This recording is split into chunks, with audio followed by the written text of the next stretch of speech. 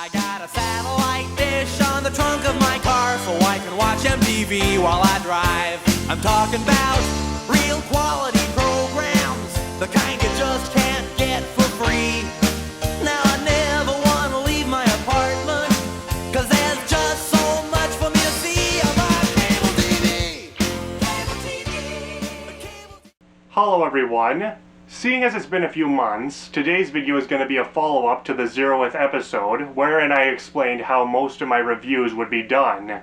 Now in that video, I did say I wouldn't be able to explain my thoughts and rules on reviewing everything, so in this video, I'll be explaining how I'll go about reviewing anime, manga, and media in series. And seeing as what people choose to define anime is kind of a controversial topic, I might as well paint a giant bullseye on my forehead for this next bit.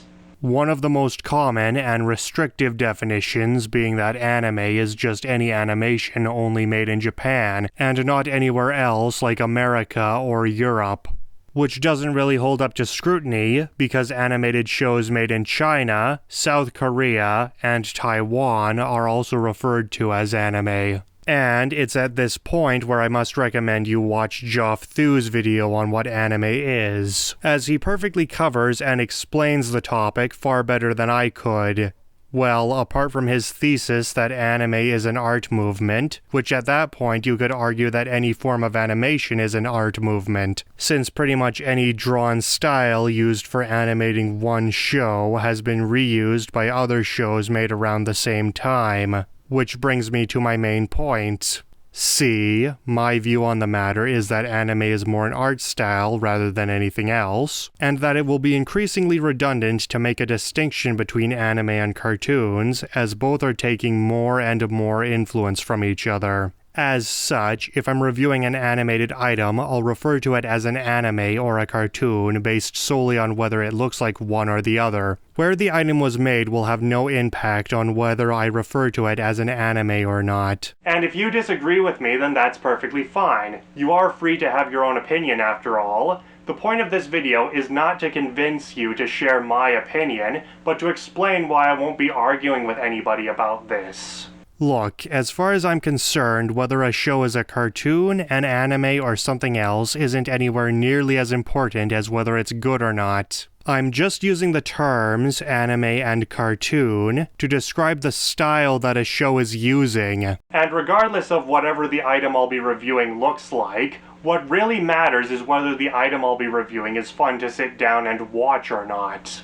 Because of this, the primary reason I made this video is to make it clear that I'm not going to waste my time arguing about what is and isn't anime. Speaking of, there are a few things I should clarify about my reviews when it comes to anime. Firstly, I'll be reviewing the dubbed versions of the shows I'm reviewing. This is because I speak English, and I can tell if the dubbers are doing a good or bad job better than I can the original Japanese voice cast. That said, if I'm reviewing an anime, or any show that doesn't have an English dub, I'll review the OG language version with subtitles. And no, I'm not using fan dubs for my reviews. If I had to pay money for the thing I'm reviewing, then I'm reviewing the audio that I paid for as well.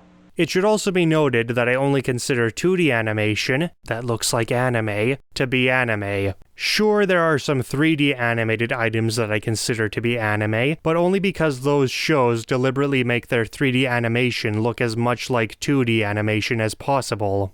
As for things like claymation and other forms of stop motion, yeah, I don't consider those to be anime, nor do I consider them cartoons either. Simply because I feel that stop motion is its own separate thing, with advantages and drawbacks separate from 2D and 3D animation. And as said before, you don't have to agree with me on this. Just don't be surprised if I review an episode of a claymation show that was made in Japan, and I don't refer to it as an anime.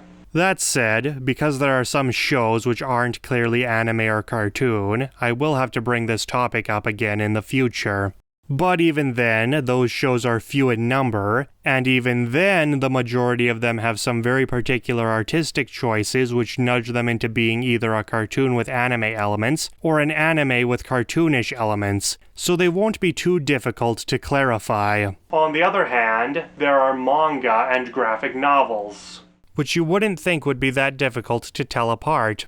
After all, graphic novels have full color and are read left to right. Yeah, that's what I thought as well. But then I popped into my local bookstore, started looking through some manga, got confused because they kept alternating between going left to right and right to left, decided to stop and look at a graphic novel instead, realized I was reading it from back to front, and I was right back at that stupid rail shooter level from Jak 2 again. That level already messed up my ability to play video games properly. Now it's messed up my ability to read picture books as well. Fucking mandatory inverted controller scheme. And if manga not having consistently unorthodox reading directions wasn't confusing enough, trust me, it gets even more difficult to parse. Not only are a number of manga getting full color releases, but some graphic novels Bone!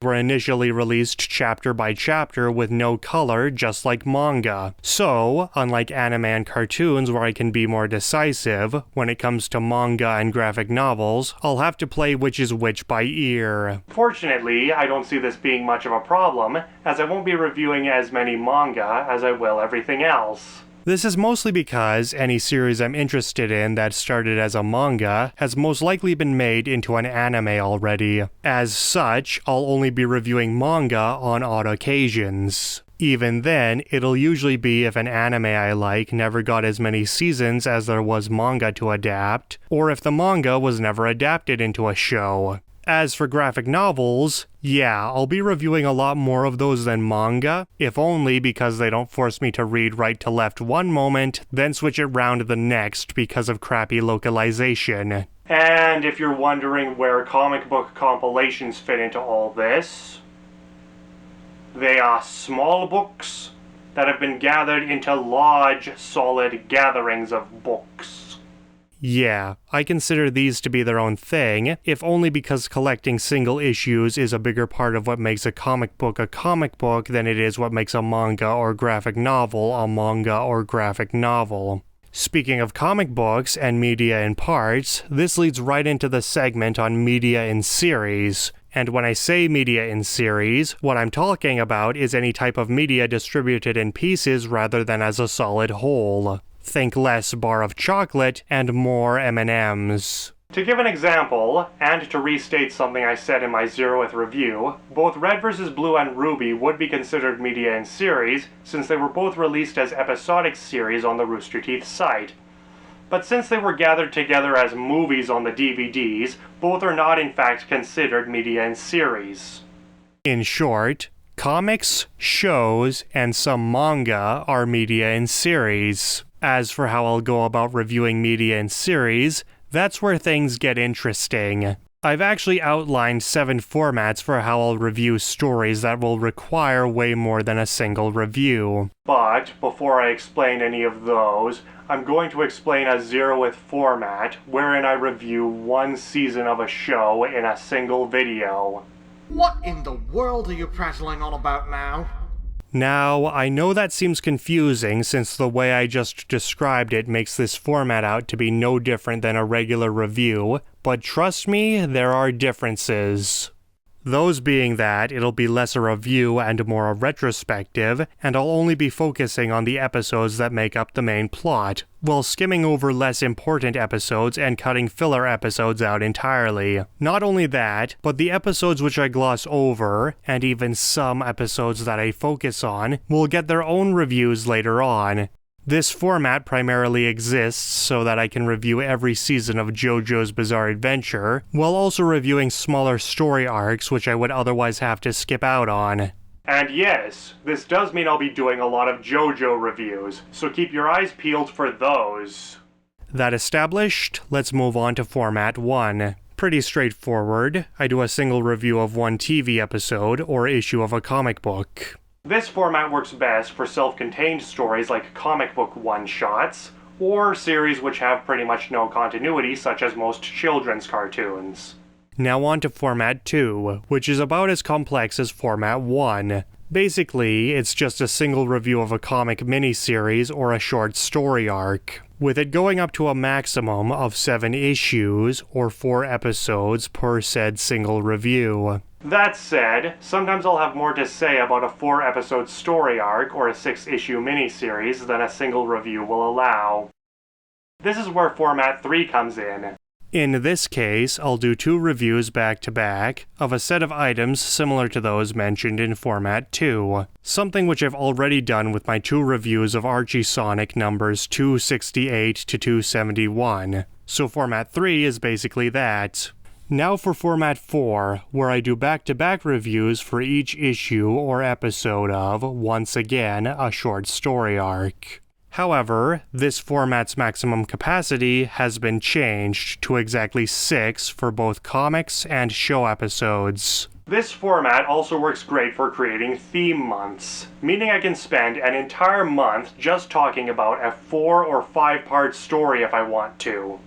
Moving on, we get to Format 5, which is basically just Format 4, with the only differences being that the reviews are spread out over a longer period of time, possibly being years apart, and the maximum capacity is up to 12. Although, I am considering raising the maximum capacity even higher.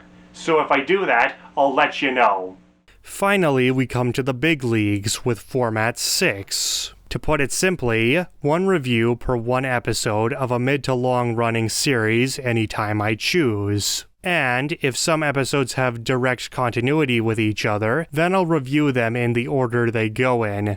Yeah, this format will primarily be used when I review shows like Red Dwarf, which has a bit of continuity, especially when transitioning between seasons, but otherwise has hardly any continuity in the middle of a season. Now, those of you who've been paying attention have probably noticed that a lot of the previous formats can basically fit inside of Format 6. That's because Formats 1 through 4 focus on short stories or small parts of a larger story, while Formats 6, 7, and 0 focus on that larger story. You might have also noticed that I didn't once mention comic books when discussing Format 6. This is because comic books tend to be too continuity focused for Format 6 and too expansive for Formats 6 and 7.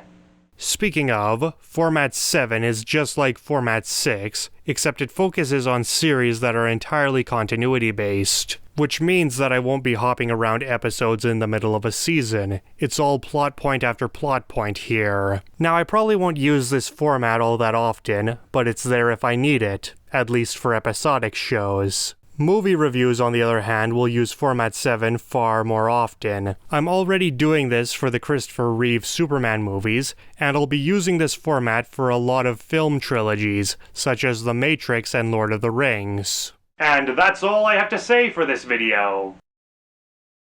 Yeah. So tune in next week when I'll be doing an actual review of, appropriately enough, an anime. Until then, have a good day.